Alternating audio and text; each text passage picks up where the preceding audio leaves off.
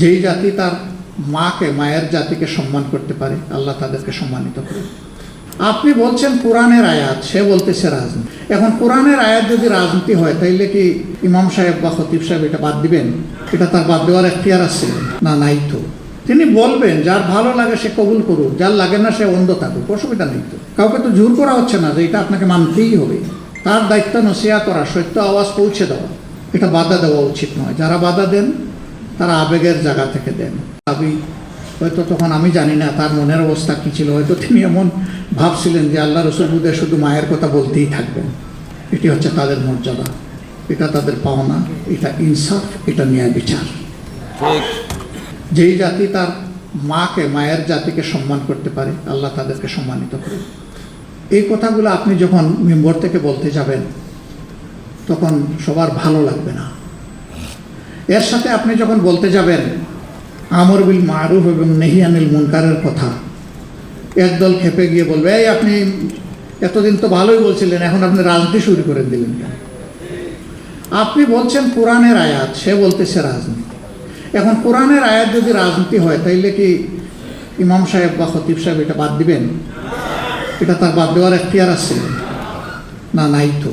তিনি বলবেন যার ভালো লাগে সে কবুল করুক, যার লাগে না সে অন্ধ থাকুক, অসুবিধা নেই তো। কাউকে তো জোর করা হচ্ছে না যে এটা আপনাকে মানতেই হবে। তার দায়িত্ব নসিহত করা, সত্য আওয়াজ পৌঁছে দেওয়া, এটা বাধা দেওয়া উচিত নয়। যারা বাধা দেন তারা আবেগের জায়গা থেকে দেন। এটা তাদের জন্য প্রয়োজন, সবার জন্য প্রয়োজন। একটা কথা মেনশনেবল, কালামে হাকিম কোরআন আল মজিদ শুধু মুসলমানদের জন্য নয়, এমনকি শুধু মানুষের জন্য। এই কোরআনে সমস্ত সৃষ্টির শৃঙ্খলার বিধান আল্লাহ তাআলা দান করেছেন। একটা নিরীহ প্রাণীকে অন্যায়ভাবে আপনি তার ক্ষতি করতে পারবেন না। কি পারবেন কি পারবেন না সব কিছু এখানে আছে। সুতরাং মহান আল্লাহ, যিনি সকল প্রাণীর স্রষ্টা, সকল জীবের স্রষ্টা, সকল সৃষ্টির স্রষ্টা, তিনি তার সৃষ্টির প্রয়োজন যা জানেন, অন্য কেউ তা জানার কোনো প্রশ্নই ওঠে না। তিনি সব কিছুর যোগান দেন। আমাদের মাথার উপরে সূর্যটাকে কোনো বৈজ্ঞানিক তৈরি করেছেন নাকি? না কোনো দেশের কোনো কালের কোনো শাসক তৈরি করেছে?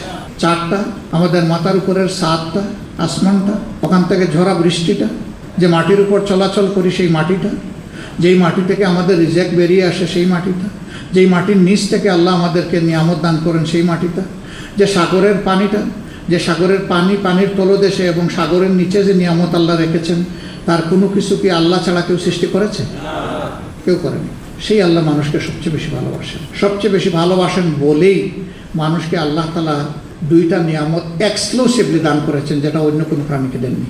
মানুষ এবং জিনজাতিকে আল্লাহ তাআলা বিবেক দিয়েছেন, কিন্তু জিনজাতির মধ্য থেকে কোনো নবী আল্লাহ তাআলা দেননি। জিনজাতির কাছে সরাসরি আল্লাহর কোনো ওহী এবং কিতাব আসেনি। এই দুই জিনিস আল্লাহ তাআলা মানব জাতিকে দান করেছে। একটা ছোট্ট মানুষ, বিশাল হাতি, হিংস্র বাঘ, বিচ্ছু, আকাশ পাতাল, সব কিছুতে আল্লাহর হুকুমে চলাফেরা করে। আল্লাহ তাআলা এই সবগুলো পয়দা করেছেন মানুষের কল্যাণের জন্য। সেই মানুষের কল্যাণের জন্য আল্লাহ যে এত কিছু নিয়ামত দিলেন, সেই আল্লাহর বিধানের চাইতে উত্তম বিধান কি কারো হতে পারে? হতে পারে। এখন প্রশ্ন আসে, একটা মাল্টিকালচার সোসাইটিতে